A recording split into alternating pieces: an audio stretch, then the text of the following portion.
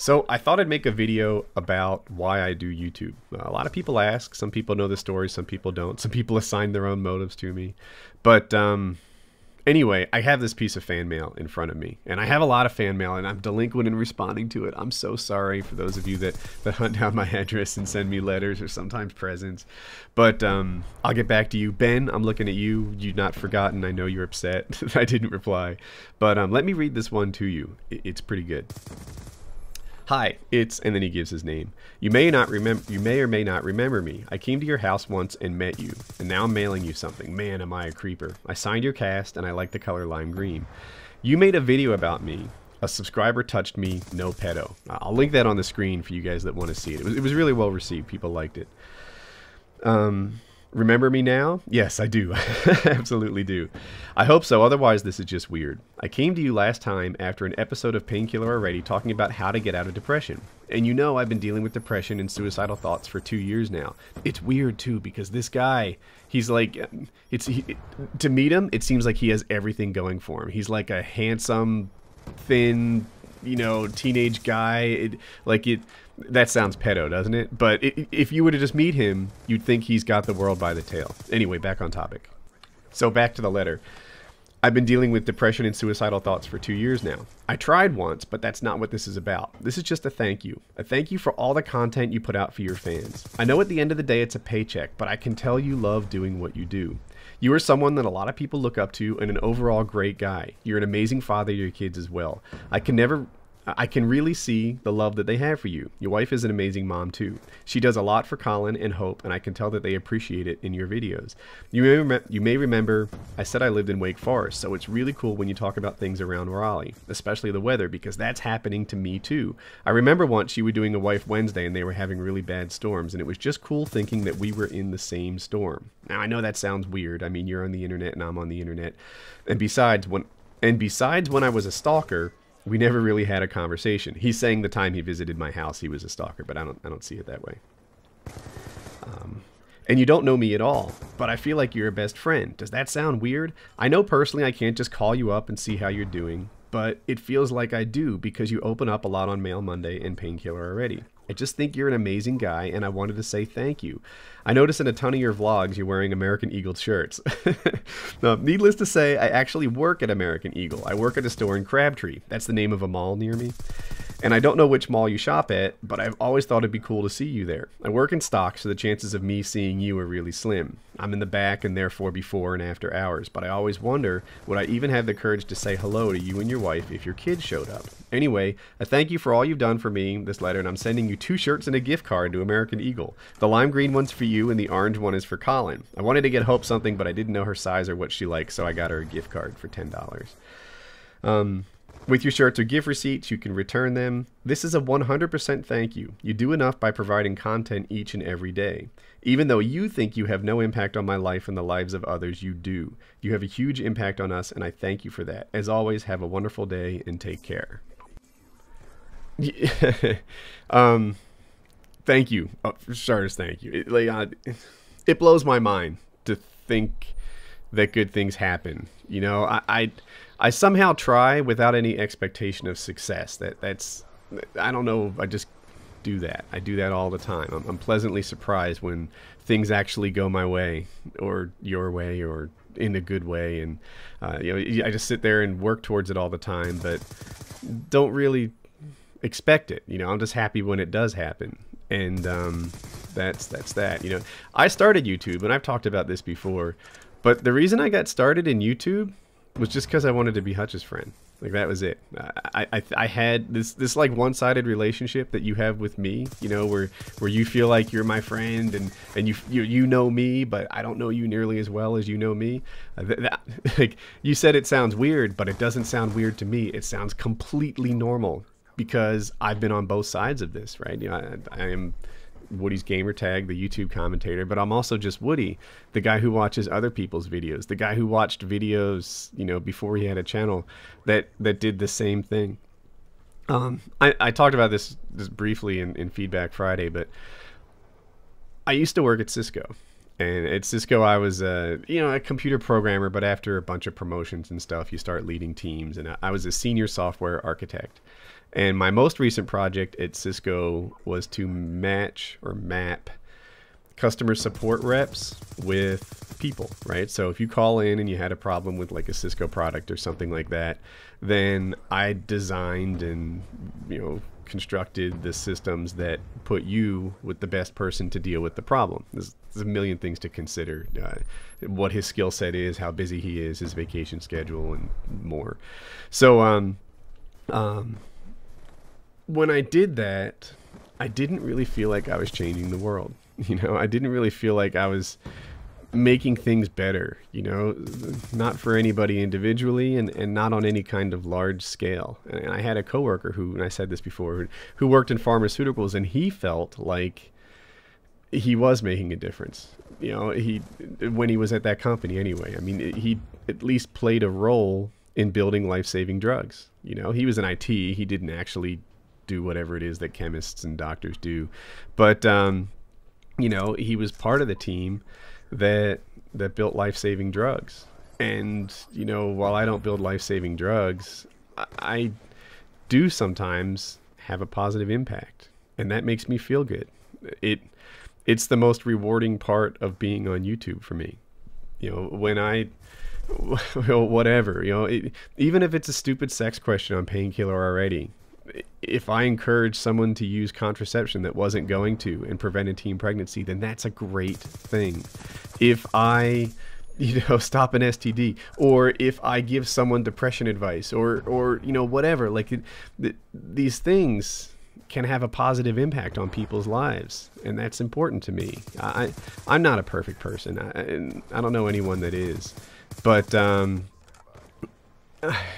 I do my best to be a good one anyway, and it's what motivates me to do YouTube. Yeah, sure, I feed the family with it. I actually do really well on YouTube, embarrassing well to some. Like so many people in the public eye, they the pay scales are just wacky, right? You earn so much as an athlete or an entertainer that if you're focused on that, you're like, why is life unfair? But it's my little 15 minutes, and it's changed my financial life, so that's nice. But that's not the only reason that I do it. It's changed my emotional life too. It's made me feel good. It's I don't know. Yeah, there are people that assign horrible motives to everything. I ran a charity last year. Now, I've been getting a lot of fussing lately. Like, I've noticed it. I ran a charity last year, and I personally earned $7,500 by winning King of the Web, and donated every penny of it to charity, right? All of it. And then I did a subscriber fundraiser. And on this charity, To Write Love in Our Arms, I can't track how much subscribers raised, but based on previous years, about $20,000 in total is a good estimate. So I raised about $20,000, 7,500 of it being my own, and I gave every penny to charity. And it was a lightning rod for hate. There were a lot of people who who said that, I was somehow profiting off of it. I talked to a guy a month ago, and he says, Woody, when you do all this, it's not pure because you get karma from it. And I was talking to my father about that last night, and he said, yeah, it's just like Bill O'Reilly. Now, I don't agree with Bill O'Reilly on politics very often, sometimes, but not often. And anyway, I don't agree with him on politics all that often, but it was interesting to hear my father describe this thing. Like, he sells coffee cups and pens and stuff like that, and he gives all the money to charity. Wounded Warriors is his big one. And he's like, people are chirping at him all the time. He says, just ignore it, just go ahead, do your thing, be you, make the best videos you know how to make, and pay no attention to people who just hate senselessly. Yeah, I'm doing well financially, and I'm happy about that. But it's not all about that. It's about being good. It's there are a lot of ways to get popular on YouTube. It would have been just as easy for me to, whatever, make a channel that hates on other people or complains, or, it just tells people what they want to hear all the time. It's not really the route I took. The route I took, the one that I like, is making a channel that is a force for the positive. It's what inspires me. It's what was missing from my Cisco life. Like I said, I was a senior software architect at Cisco, a Fortune 500 company. I made money before this too. I have 3 college degrees, right? 2 undergrad degrees and a master's degree. I have job skills for after YouTube, so you don't have to worry about that. It's just that those job skills, they weren't the ones that drove me. I didn't go to work excited about it. I didn't, touch anybody's life. That's what's new. That's why YouTube has been so amazing for me. That,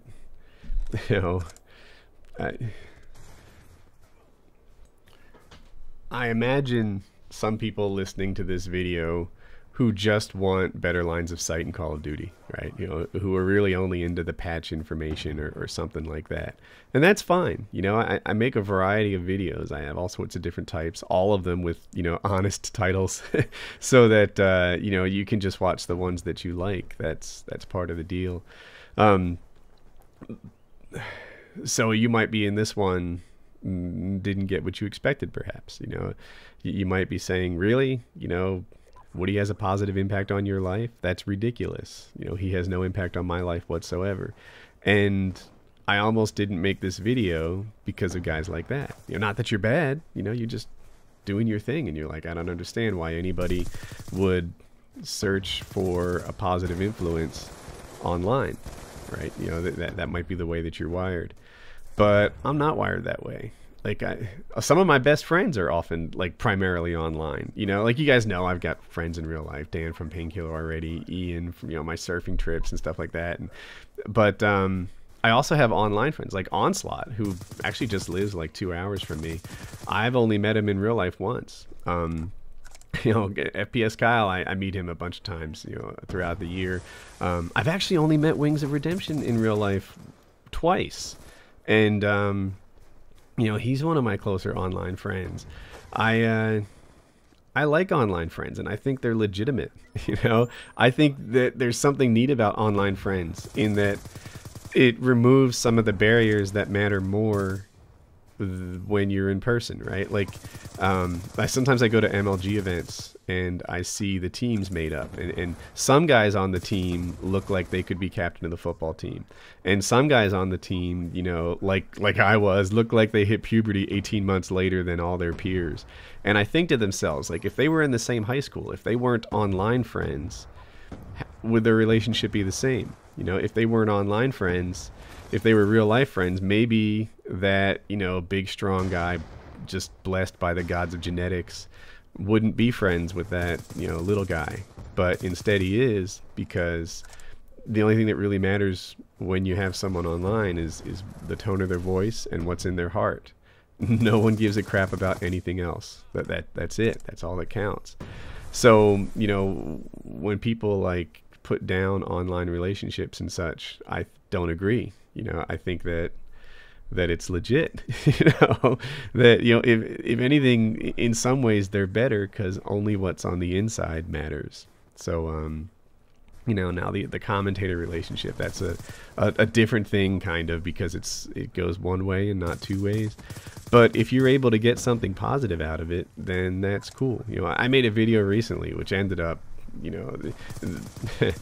causing a bunch of drama, but really the core message in it was, I was down and I found all these cello videos, and it's how I pick myself back up again. Well, this guy does the same thing, right? He's occasionally down and he finds some videos by me and it picks him up again. And I've got like stacks of fan mail here of people in the same situation. And I think it's incredible, right? I don't have any problems or negative thoughts about guys who look online or look anywhere really for your positive influence. If you're finding a positive influence, then you're doing it right. That's my take on this thing. So anyway, thank you for your fan mail. For you other guys, I've got two major things to work on right now: taxes and fan mail. So I'll get back to you guys. But this is what makes YouTube special to me, and I hope you like the video. So have a good day. Oh yeah, if you're still here, be sure to drop a like.